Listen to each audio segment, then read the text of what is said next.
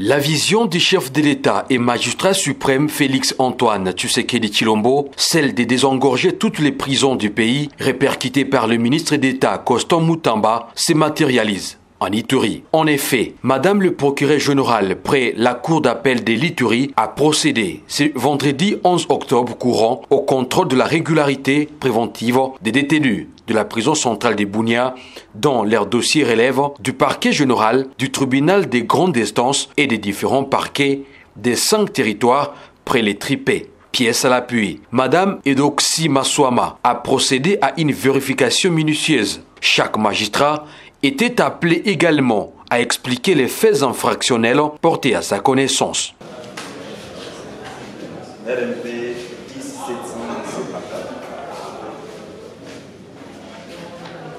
Il y a combien de détenus? Et les poursuivis du chef de quel Les poursuivis du chef pose impression volontaire. On peut avoir le résumé des faits? Le résumé des faits, c'est qu'il a administré l'équipé des coups de détenus qui n'étaient pas là.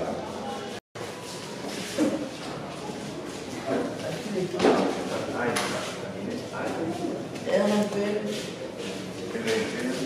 10 762. les détenus Ils sont 3. dans un même dossier. C'est là que nous avions préparé par rapport à une probable libération.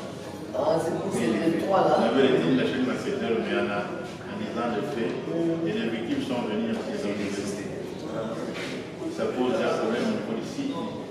Séance tenante, il a été envisagé la libération conditionnelle de plusieurs pensionnaires dans un avenir proche.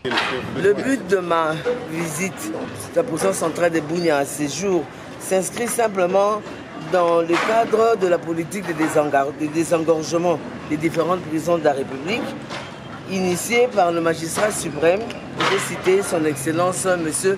Félix Tshisekedi. Et en venant ici, mon travail s'est déroulé sur plusieurs étapes, accompagné du procureur de la République ainsi que du chef de parquet d'Irumu qui est à côté de moi, ils étaient tous accompagnés de leurs magistrats. Donc ce travail a consisté en plusieurs étapes. La première étape, c'était en fait de procéder au contrôle du nombre total des prévenus qui relèvent des juridictions civiles. Parce que vous savez qu'ici, dans cette prison, nous n'avons pas que des détenus civils, mais il y a également des détenus qui relèvent des cours militaires. Alors, en venant ici, nous avons d'abord voulu voir le nombre, l'effectif des magistrats qui relèvent de notre ressort et même de ceux qui relèvent de la compétence plutôt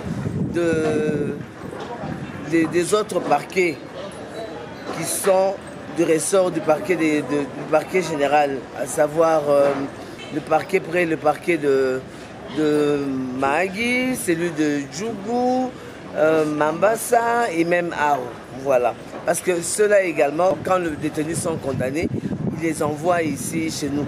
Même pour les détenus préventifs également, quand c'est de la compétence du tribunal des grandes instances, ils envoient les détenus ici devant le parquet des grandes instances de Bunia.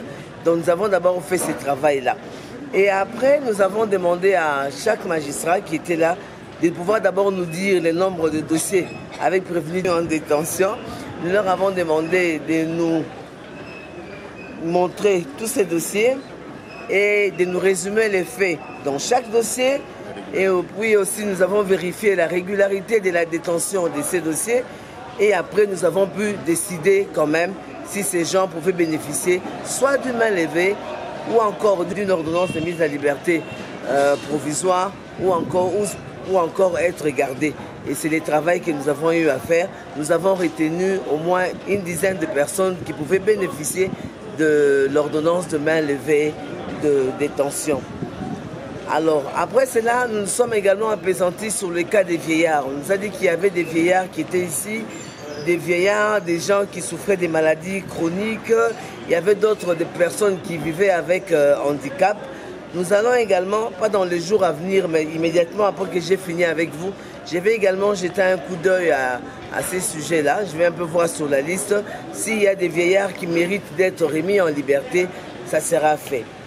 D'autre part, nous avons également examiné des cas de certains dossiers. Parce que on nous a relaté qu'il y avait plusieurs dossiers, plusieurs personnes qui seraient devant le magistrat civil et ça faisait 2 jours qu'ils avaient comparu devant les magistrats suprêmes et les magistrats civils et ils ne connaissaient pas leur sort. Nous devions donc nous apaisantir également sur ce genre de dossiers. Nous avons constaté que ce sont des dossiers qui n'étaient plus au parquet. Des dossiers pour lesquels les magistrats avaient déjà établi de requêtes de fixation devant les tribunaux, mais malheureusement, le greffier n'ayant pas fait diligence, ne les a pas cités à comparaître. Ces personnes sont ici à la prison, ne comparaissent pas et pour elles, plutôt dans leur tête, elles estiment qu'ils relèvent toujours du magistrat instructeur alors que ce n'est pas le cas. Alors nous avons relevé tous ces cas-là.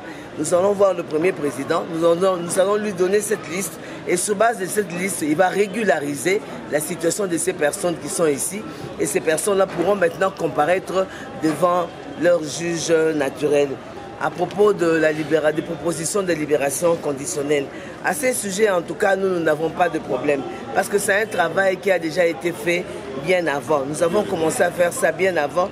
Et nous avons fait 2 propositions de libération conditionnelle des détenus, au moins pour 50 personnes. Ça a été transmis à Kinshasa et nous attendons que la hiérarchie puisse agir.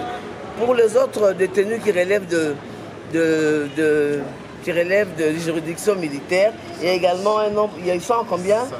Voilà, il y a également 110. Ça a été également envoyé à Kinshasa et nous attendons que la hiérarchie se prononce également. Voilà donc le travail que nous sommes venus faire, toujours dans l'esprit de la politique de l'impunité d'abord et puis récemment celui de désengorger les différentes prisons de la République.